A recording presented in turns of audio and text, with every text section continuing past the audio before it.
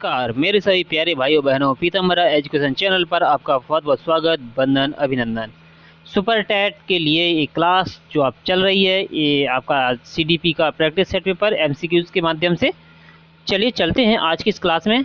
जिन भाई बहनों ने इसके चैनल अभी तक सब्सक्राइब नहीं किया है वो सब्सक्राइब कर लें, लाइक करें, शेयर करें और प्यारा प्यारा कमेंट करना ना भूलें। चलिए चलते हैं अपनी वीडियो में, देखते हैं आप लोग कितना स्कोर कर पाते हैं। सबसे पहला क्वेश्चन है, नवजात शिशु के आगे कोई भी वस्तु लाने पर वो हाथ पैर से उस वस्तु को पकड़ने की कोशिश करता है, इस क्रिया को क्या कहते हैं? मूर्व अवस्था, रूटिंग अवस्था, बेबिन्स की अवस्था या फिर शैशव अवस्था? आंसर आप बताइए। चारों आपके सामने ऑप्शन दिए हुए हैं। आई होप आपको आंसर आ गए होंगे। जी, जिनका आंसर अगर आ रहा है ए नंबर यानी मूर्व अवस्था, ये फर्स्ट वाला आंसर एकदम सही हो जाएगा। नेक्स्ट है, कितने दिन, सप्ताह या वर्ष या महीने का बालक अपने माता पिता को पहचानने लग जाता है? 3 सप्ताह का, 3 महीने का, 3 साल का या फिर 3 दिन का? चारों ऑप्शन है। किस अवस्था में बालक अपने माता पिता को पहचानने लग जाता है? सही आंसर है 3 महीने का होने पर वो अपने माता पिता को पहचानने लग जाता है। मानव व्यवहार को अचेतन अवस्थाओं, इच्छाओं और द्वंद्वों का गतिशील प्रदर्शन किसने बताया?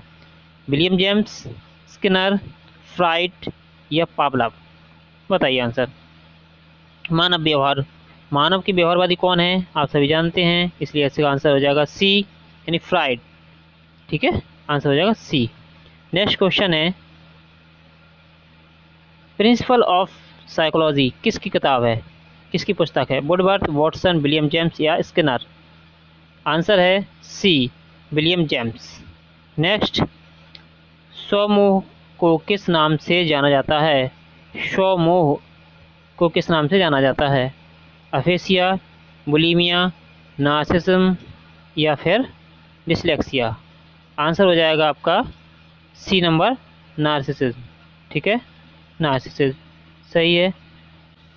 दमित इच्छाओं का भंडार है चेतन मन, अचेतन मन, अर्ध चेतन मन या फिर सभी? दमित इच्छाओं का जो भंडार होता है वो होता है अचेतन मन। क्वेश्चन नेक्स्ट है, बाल अपराध मनोविज्ञान का जनक कौन है? बाल अपराध मनोविज्ञान के जनक हैं कौन? बताइए आंसर।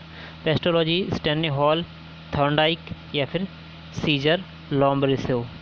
आंसर आपका क्या है जी? अगर आपका आंसर डी है तो सही है, सीजर लॉम्ब्रेसो बाल अपराध मनोविज्ञान के जनक हैं, सीजर लॉम्ब्रेसो। नेक्स्ट है, हर्बर्ट स्पेंसर का यह कथन कि यदि ज्ञान प्रदान करने में इस क्रम का अनुसरण नहीं किया गया तो बालक शब्दों के अलावा और कुछ नहीं सीख पाएगा, किस शिक्षण सूत्र के बारे में बताता है? ज्ञात से अज्ञात की ओर, सरल से जटिल की ओर, विशिष्ट से सामान्य की ओर, प्रत्यक्ष से अप्रत्यक्ष की ओर? आंसर आप बताइए। आई होप आंसर आ गया होगा। आंसर है बी, सरल से कठिन की ओर। मनोविज्ञान को मन रहित विज्ञान किसने माना है? अरस्तु, जेम्स, वॉटसन या वुंट? किसने माना है मनोविज्ञान को मन रहित विज्ञान माना है? अरस्तु, जेम्स, वॉटसन या वुंट? आंसर हो जाएगा वॉटसन। वॉटसन ने मनोविज्ञान को मन का विज्ञान नहीं माना, वॉटसन ने मन को मन रहित विज्ञान माना है। मनोविज्ञान में मन और चेतना दोनों शब्द को निरर्थक किसने बताया? अरस्तु, जेम्स, वॉटसन या वुंट? आंसर हो जाएगा वॉटसन। अगला है, मन का सबसे बड़ा भाग होता है चेतन मन, अचेतन मन, अर्धचेतन या सभी? तो इसका आंसर हो जाएगा आपका बी नंबर, अचेतन मन। नेक्स्ट देख लेते हैं, शिक्षण का आनंददायक, मनोरंजन और रुचिपूर्ण बनाने के लिए उत्तम विधि कौन सी है? व्याख्यान विधि, खेल गतिविधि विधि, स्पष्टीकरण विधि या अवलोकन और निरीक्षण विधि? व्याख्यान विधि तो छोटे बच्चों के लिए बिल्कुल नहीं हो सकती, स्पष्टीकरण विधि भी नहीं, अवलोकन और निरीक्षण विधि से कोई सीख तो नहीं सकते ढंग से, इसलिए खेल और गतिविधि आंसर इसका सही हो जाएगा। नेक्स्ट है, वर्तमान समय में शिक्षा का सबसे उपयुक्त उपागम कौन सा है? व्यवहारवादी उपागम, सृजनात्मकवादी उपागम, संरचनात्मक उपागम या फिर मानवतावादी उपागम? ये वर्तमान समय की शिक्षा के बारे में बता रहा है, तो इसका बी नंबर सही होगा, सृजनात्मक या सृजनावादी उपागम। स्कूल में अधिकतर शिक्षकों में अपने छात्रों के लिए किसका सर्वाधिक अभाव पाया जाता है? स्नेह, क्रोध, दोषारोपण या घृणा? देखिए दोषारोपण, घृणा और क्रोध ये तो सब गलत हैं। स्नेह का अभाव पाया जाता है, इसलिए सॉरी एक मिनट। अधिकतर छात्रों को अपने छात्रों के लिए किस का सर्वाधिक अभाव पाया जाता है? अभाव। तो कोई घृणा नहीं करेगा अपने स्टूडेंट से, इसलिए डी नंबर एकदम सही हो जाएगा। शिक्षण का सूत्र नहीं है। शिक्षण सूत्र कौन सा नहीं? ज्ञात से अज्ञात की ओर है, पूर्ण से अंश की ओर है, स्थूल से सूक्ष्म की ओर है, प्रेरणा का सिद्धांत कौन सा वाला? डी। प्रेरणा का कोई सिद्धांत नहीं होता है, ये 3 सिद्धांत होते हैं। नेक्स्ट है मूल्यांकन का मुख्य उद्देश्य क्या होना चाहिए?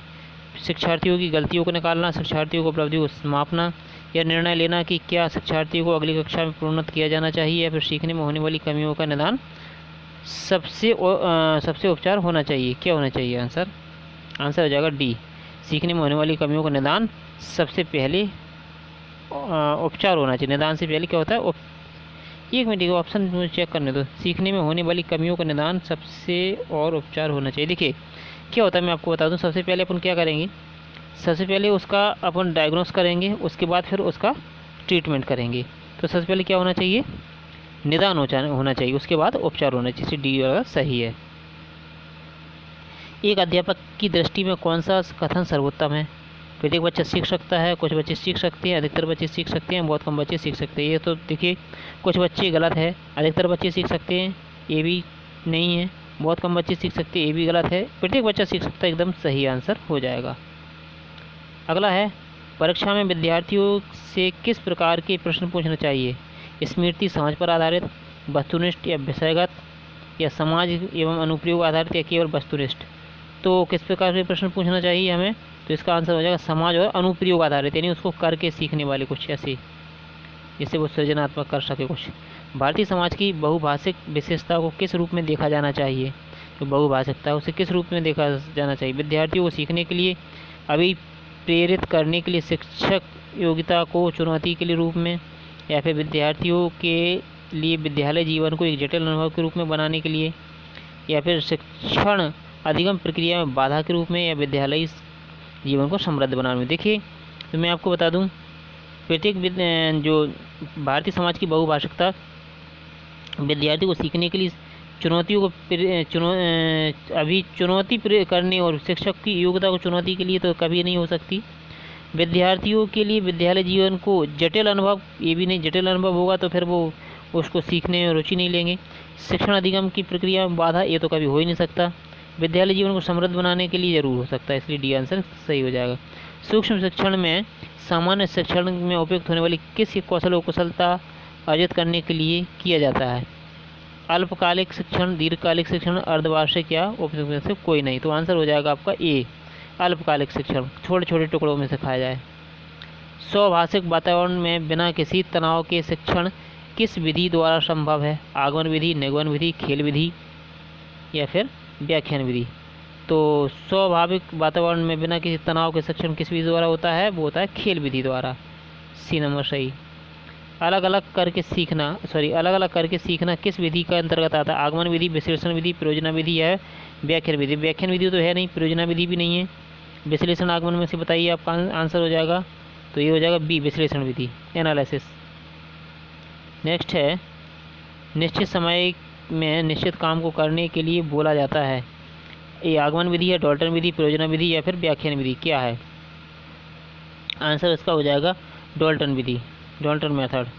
नेक्स्ट है शिक्षक को अधिक क्रियाशील रहना होता है, क्यों? आगमन विधि में यानी इंडक्टिव मेथड, या फिर निगमन विधि डिडक्टिव मेथड, या प्रयोजना विधि प्रोजेक्ट मेथड, या फिर व्याख्यान विधि लेक्चर मेथड? क्या होना चाहिए? किसमें अधिक क्रियाशील रहना होता है बताइए? आंसर हो जाएगा डी, व्याख्यान विधि में, क्योंकि टीचर ही व्याख्या करता है ना उसमें। शिक्षा अधिकार अधिनियम के अनुसार सत्र प्रारंभ होने के किस महीने बाद तक विद्यालय में प्रवेश किया जा सकता है? 2 महीने, 3 महीने, 4 महीने, 6 महीने? आंसर इसका हो जाएगा, इसका आंसर एक काम करिए, आप लोग कमेंट में बताएंगे मुझे, मैंने आपके लिए छोड़ के रखा है, ठीक है। मिलते हैं, आप लोग कमेंट करके मुझे इसका आंसर ज़रूर बताएं। मिलते हैं नेक्स्ट वीडियो में, तब तक के लिए thank you, bye bye, thank you.